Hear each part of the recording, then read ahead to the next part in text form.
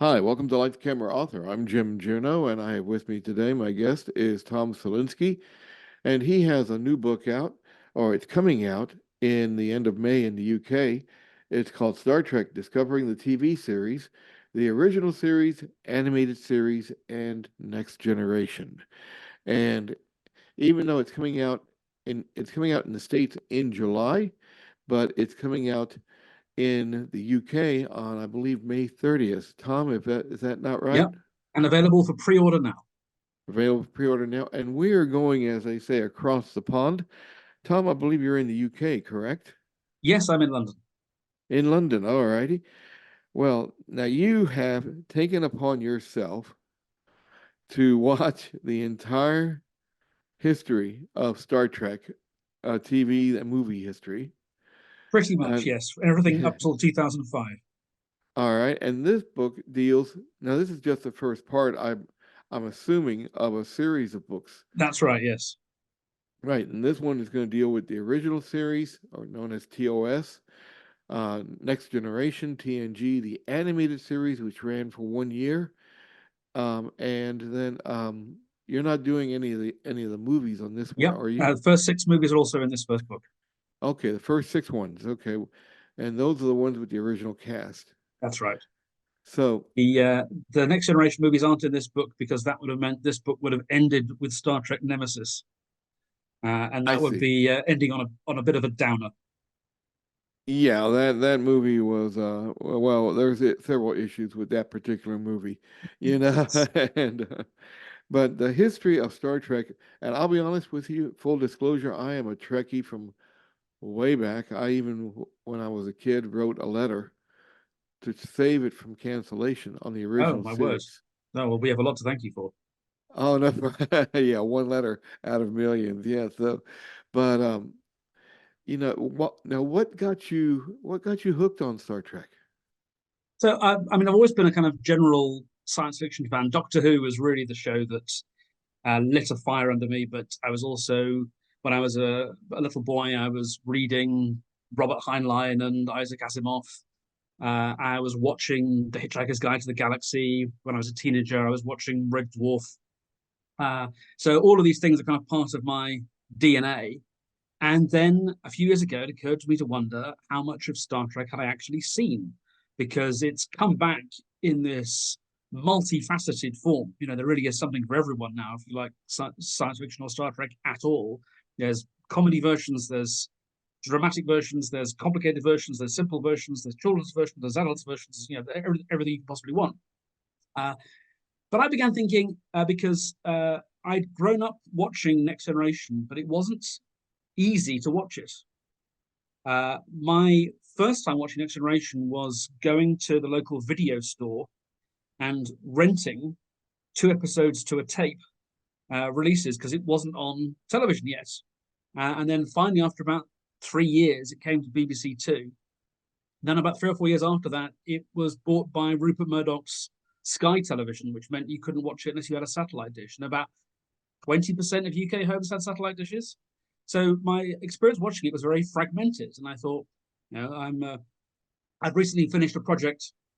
We did a podcast, two friends and I, where we'd watched every movie that had won Best Picture at the Academy Awards in an order determined by pulling them out of a hat at random, just to keep it interesting. So I like a project, and I thought, how much Star Trek have I seen? And I did a little bit of spreadsheeting, and what I discovered was if I started watching the original series on January the 1st, 2022, and I watched one episode a day, then I would finish watching Enterprise on Christmas Day 2023. And that just seemed too neat, too perfect not to do. So that's what I did. Amazing. Now, and let's talk Star Trek the original series because this is what I grew up on. And what always struck me as funny was that whenever there was a landing party, it was always Captain Kirk, Dr. McCoy, Spock, Scotty, and then two unnamed red shirts who you knew were Yes. not going to return to the Enterprise. Yeah, one of the things I was watching for was to see of the various myths and tropes about the show, which turn out to be true and which don't. So there's an oft quoted regulation imposed by NBC on the show that you couldn't show a woman's belly button. And it said that Gene Roddenberry went kind of a bit off the deep end when he came back to do Next Generation, and hence some of the more extraordinary costumes we saw in the first season on some of the women. But actually, if you sit and watch every episode of the original series, you'll see several comely female navels on full flagrant display in various episodes. So this turned out to be something of a myth. Either there was no such edict from NBC, or it was ignored. But the And thing that's not about red shirts beaming down to the planet and being summarily executed is 100% true. It happens in episode after episode. And you can sort of understand why. I mean, what are the alternatives? You kill off a member of the regular cast every week. I mean, Next Generation did that once with Tasha Yar, and I think kind of fumbled it. You don't kill anyone at all, which is basically what happens in the animated series. There are no character deaths in the animated series, I think, apart from a single episode. But yeah, it's for kids, and that lowers the stakes. So you have to find some way of bumping people off that isn't going to mean you have to keep going back to central casting and hiring new actors. Hence the red shirts. But it is an issue. It really is. There's a story which is a bit of a funny one, and now I always find it difficult to remember the names of Star Trek episodes, which is a shame as I'm appearing on your podcast as this Star Trek expert. But there's one in one part of the book I refer to it as "Oh no, all the crew have been turned into paperweights." Oh, And you're talking about the ones where they met this aliens on this planet, and they turned them into little cubes. yes, that's right. Yeah, yeah. And there's two red shirts, and one of them gets paperweighted and brought back, and the other one gets paperweighted and is just dead. And that I felt, that really did hit hard. After that episode goes a bit off the rails. That's the one with Scotty introducing the aliens to the concept of alcohol with the gag. What is this? It is green. It's green. Yes, which is a good gag, but that's a very tonally uncertain episode. There's great stuff in it, but it's all over the shop. So I think you can make that kind of thing work. But there are a number of episodes where red shirts get bumped off, and yet at the end of the story, Kirk and Spock and McCoy are sitting around cracking jokes, and it's just a bit like, should you not be like contacting the families and letting them know that they aren't going to be seeing Jeff and Diane again? But no, we just it's sort of the price of doing business. Yes, they're not going to be coming home for Christmas holidays this year, No. So that always struck me too, is that they would these guys would be killed, women would be killed, and then it's like at the end of the show, it's always like ha ha ha ha, Yes. a joke from Spock or a quote from McCoy or whatever. And always what struck me also, the myth is that it was the first interracial kiss. Yes. Yeah, I You write know, about that. It's I yeah. mean, there's a funny one because it kind of depends how you define interracial, how you define kiss, how you define first. There are various other examples, including within Star Trek, of things that could be described as interracial kisses. What I think is curious about that is that it apparently didn't stir up an awful lot of fuss, as one might imagine. There were a couple of stations that didn't show that episode, but I think Roddenberry was bracing himself for an avalanche of angry emails angry letters, and basically didn't get any. So maybe the times were changing slowly. Now, a lot of people. Let's go back to the very beginning of the concept of Star Trek, and the story about the cage is well known. But what may not be so well known is that Lucille. Well, it was done by Desilu Studios, who was headed by Lucille Ball, and a lot of people may not realize that she was instrumental for getting that show on the air. Yeah, absolutely. She was looking to diversify, and she heard two pitches in the same month, I think. One from Bruce Geller about spies attempting impossible missions, and one from Gene Roddenberry about this wagon train to the stars. And she and her producing partner heard solo, went out and they sold one to NBC and one to CBS. And suddenly this studio, which had really only made one show up till now, was very, very busy indeed. And it became a problem because the deal they had with the studio was that they would get paid for the episodes once the advertising revenue had come in. And so they were paying hand over fist to make these incredibly expensive episodes, assuming that they would get money back at some point, but they were spending money faster than they could earn it. And so that's why Lucy had to sell. And that's why today Star Trek is on Paramount Plus, because she sold Desilu to Paramount. And she also okayed the creation when the first pilot did not sell. And this was one with Jeffrey Hunter as Captain Pike. Yes. It was her decision, an unheard of decision at the time, to let Roddenberry and the powers that be create a second pilot.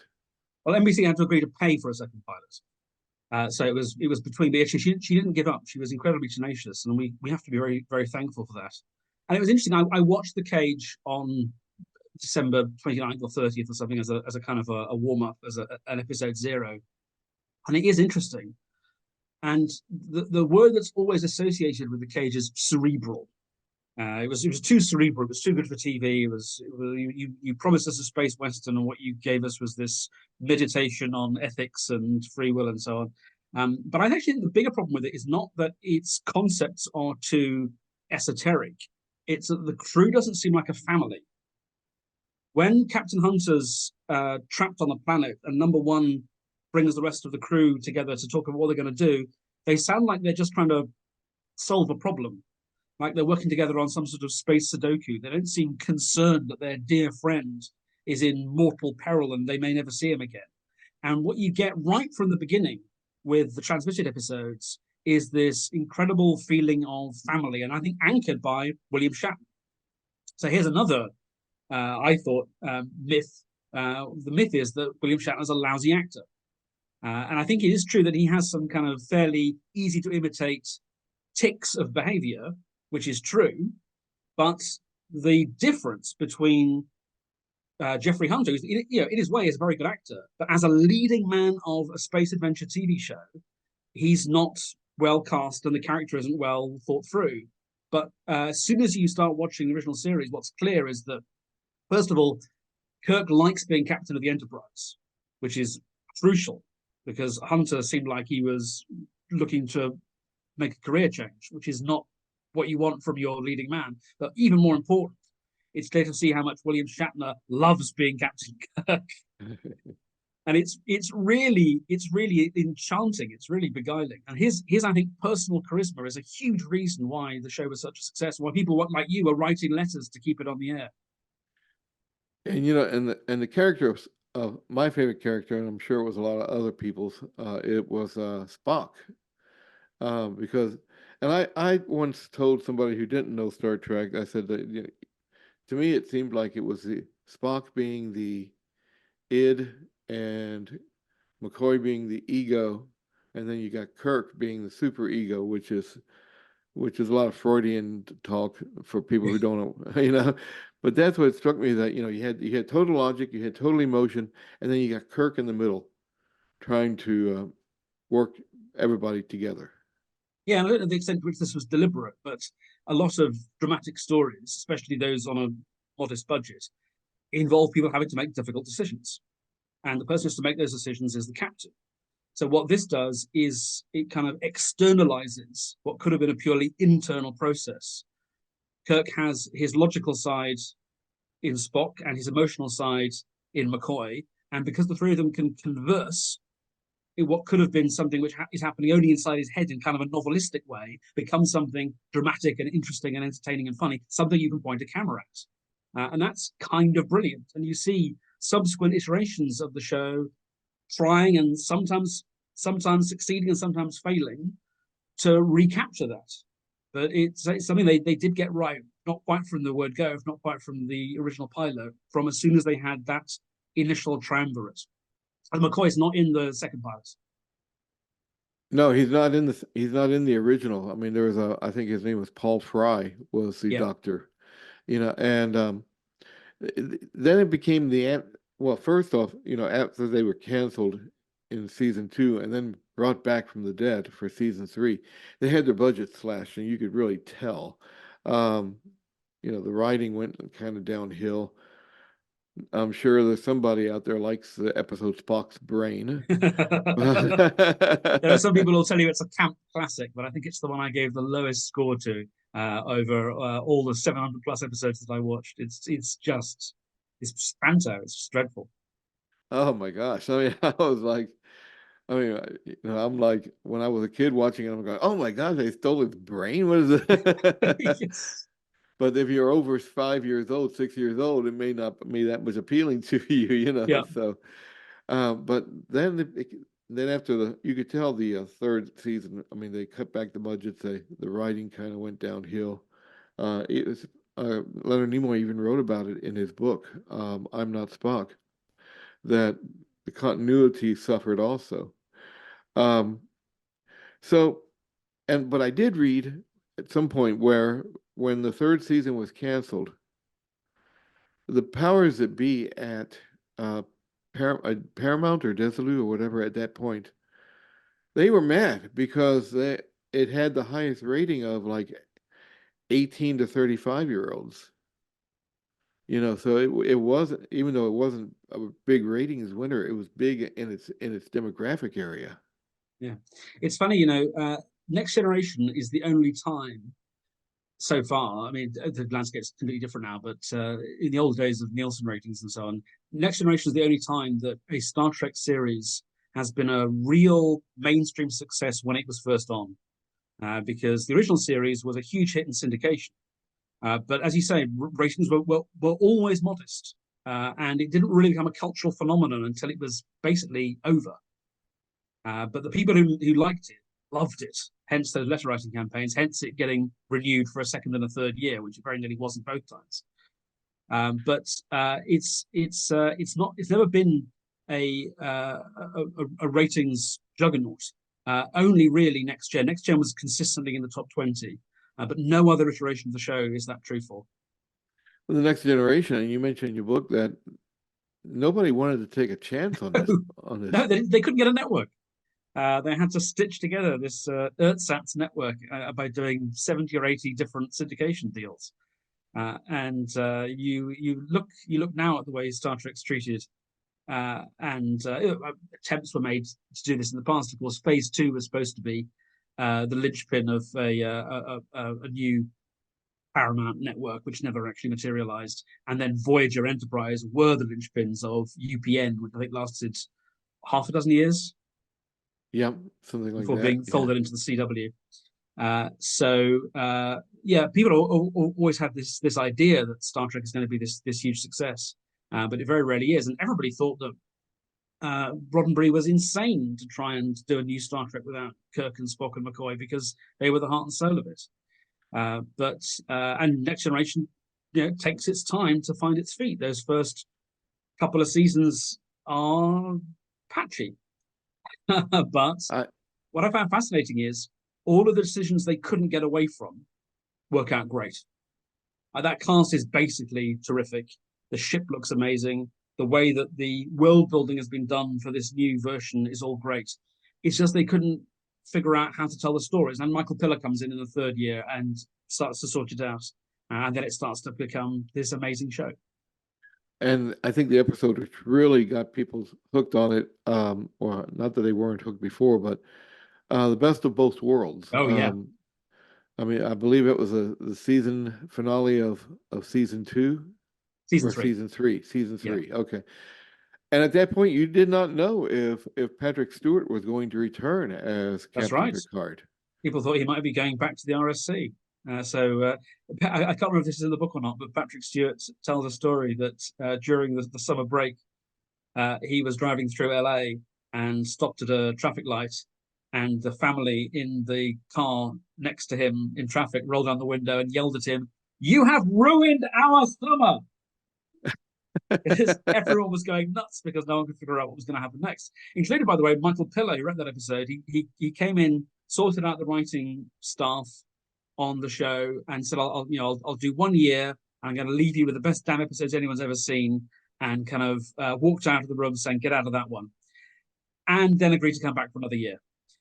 So the person who had to figure out how to get them out of that one was that same Michael Piller. Wow. I mean, and you know, and I was prepared for Riker to become the new captain. Yeah, could have Because happened. that's what, yeah, and then I think at the last moment, Picard, Stewart said, "Okay, I'm going to come back," because he Oh didn't yeah, know Star Trek. they had him on a 6 year contract, so it was their choice. As with Denise Crosby, I think if he'd been really unhappy, they'd have been nice and let him go. But I think maybe there was a little bit of PR devilry going on there. They might have been spreading a few rumors that he was unhappy, and in fact, I don't think it was ever seriously considered that they wouldn't bring him back. They just didn't know how they Uh, were going to do it.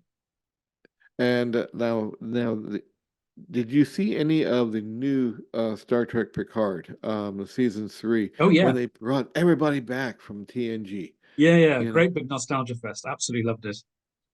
See, I did too. I was like, they brought back.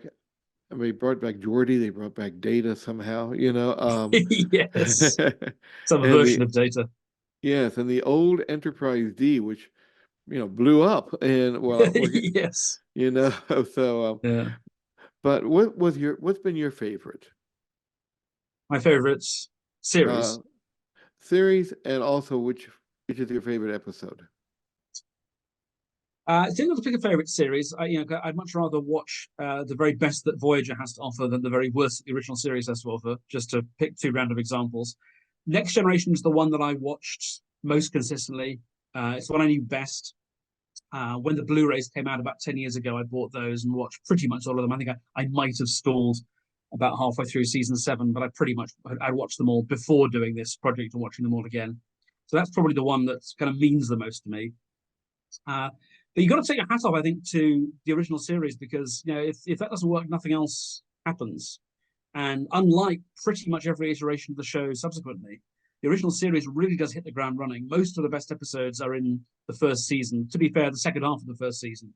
But they get so much right so quickly. And having to invent this entire universe out of whole cloth, it's absolutely remarkable. Picking favorite episodes would be very difficult. I could show the episode I gave five out of 5 stars to if I consult my own book. Hang on.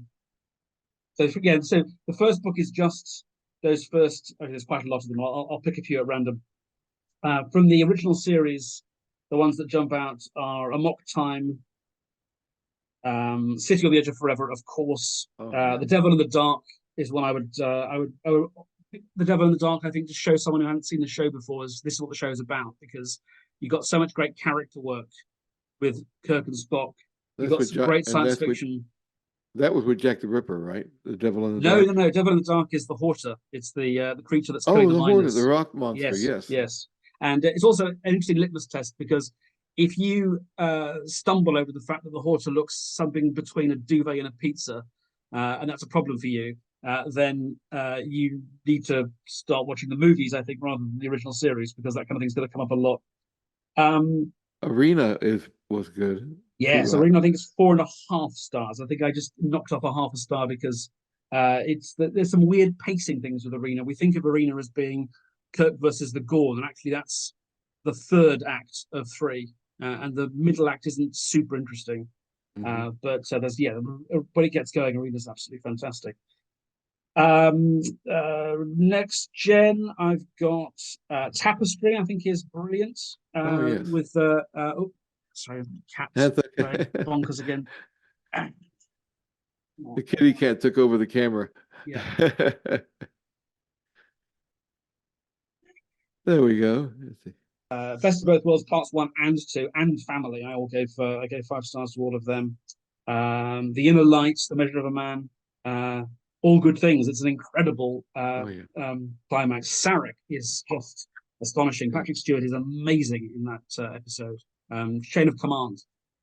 These are all absolutely stellar episodes. I showed Chain of Command to one of my colleagues from the Oscars podcast, who's an actress, and she hadn't seen it before and she was knocked out by Patrick Stewart and David Warner, as you can imagine. And then I had the pleasure of telling her that David Warner was a last-minute replacement for another actor and hadn't been able to learn any of the dialogue, and so had done that entire episode reading his lines off cue cards.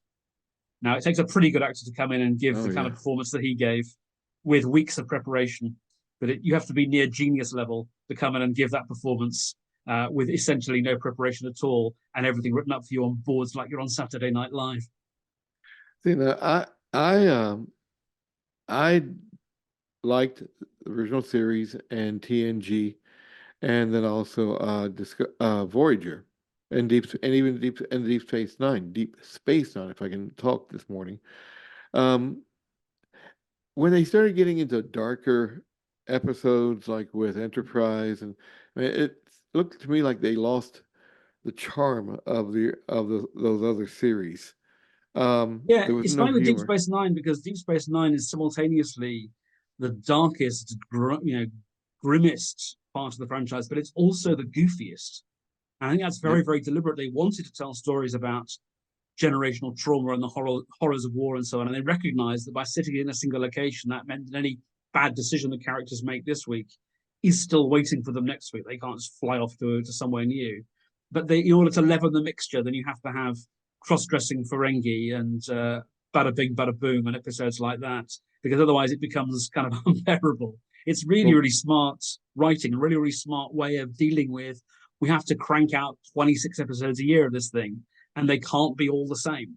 If you're doing 10 episodes like you get today with, as you were saying, the third season of Picard, it's a 10-hour movie essentially, and yep. you need a little bit more tonal consistency. But The with 26 Strange episodes New a year, Worlds. variety is the spice of life. Strange New World seems to have recaptured that almost lightheartedness. I mean, you had a musical episode, which Yes, and a I was, fantasy episode. and a fantasy episode, Yeah. and a cartoon crossover. Yes. You Yeah. know, Yeah. Yeah. which And I admire the fact that they're willing to experiment, they're willing to try new stuff, and it doesn't surprise me that not all of those experiments work for everybody because that's the nature of being experimental. But I love that there's a show under the Star Trek banner that's willing to be as bizarre as that. I mean, I think we sometimes forget how bizarre the original series was, and like mhm. in my book there are a few little contributions from other friends or friends of friends or kind of noteworthy people, and they're included partly just to give a different perspective, and partly just to emphasize the fact that these are not what I insanely consider to be final definitive proclamations. They're what thoughts occurred to me as I watched these episodes, and that's all they are. So sometimes the people who are contributing will endorse what I've written and kind of echo what I've said, and sometimes they'll take a very different approach.